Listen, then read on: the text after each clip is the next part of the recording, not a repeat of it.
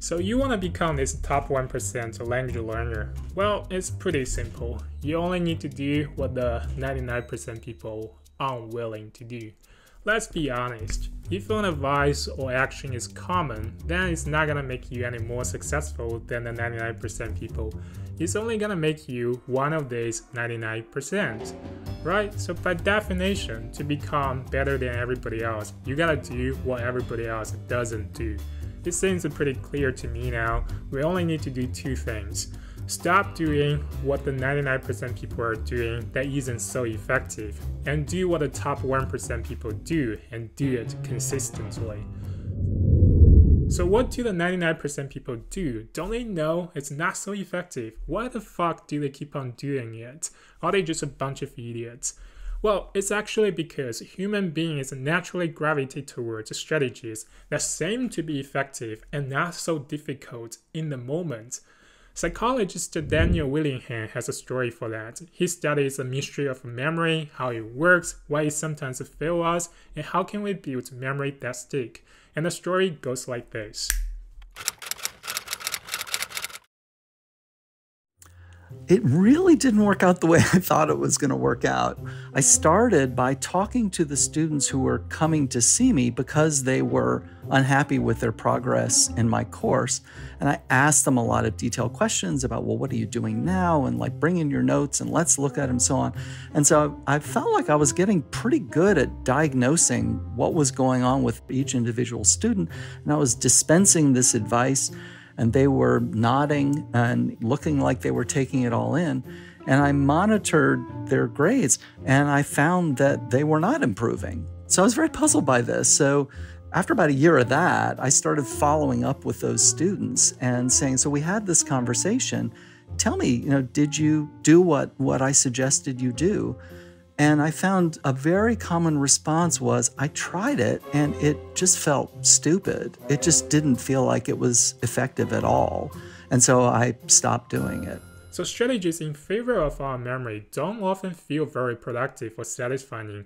So we lean towards strategies that feel right intuitively, but are in fact very ineffective, sometimes even counterproductive. It's like this bad habit that we've been having for so long, so extremely difficult to break, and whenever something doesn't feel right, we just naturally revert back to it without us even realizing it, because that's something we're so used to do, but it is actually the wrong way to do it. Look around language learners around you, see what they are doing. Probably memorizing, rereading, or restudying in one form or another. It feels very effective and satisfying, because you're putting in the hard work and you're looking at something new every now and then, so it gives you this illusion that you're making progress, but it's really just an illusion, as you find out the next day when you forget pretty much everything. Oh no!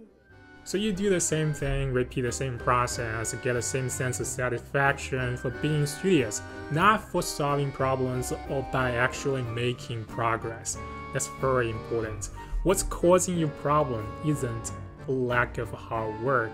It's actually the way that you study, the way you learn. If that doesn't change, your problems will remain no matter how hard you work.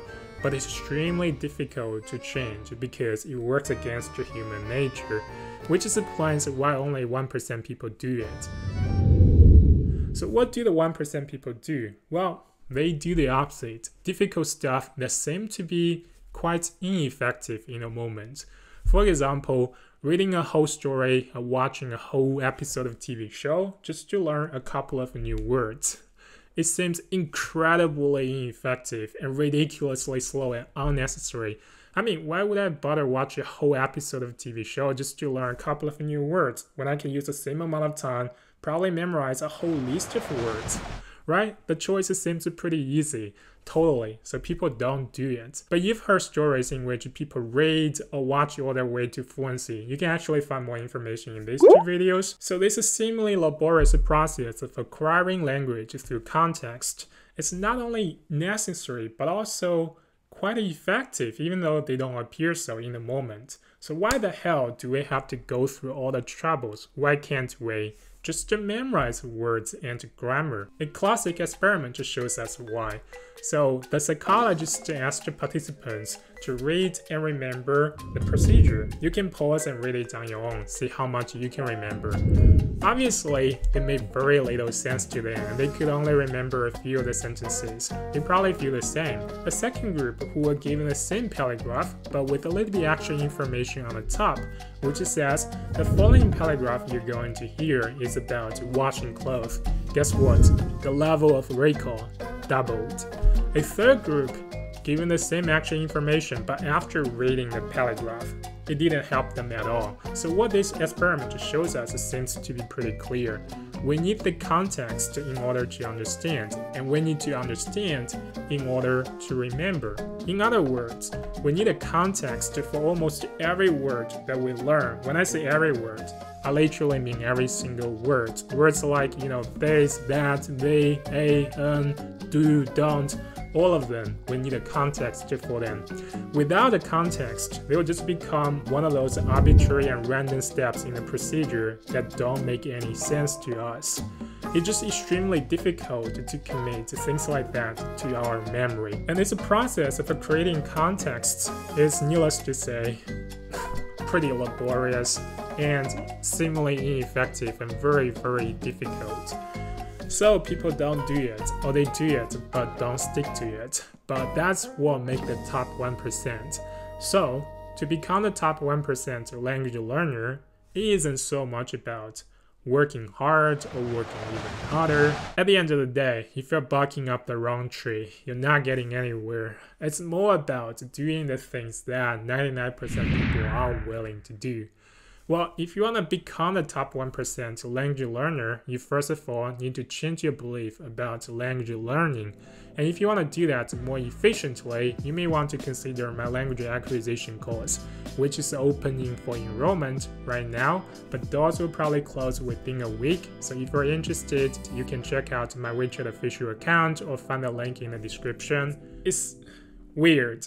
Talking about it, it seems all very simple. I guess everything seems actually simple when you just talk the talk and don't walk the walk.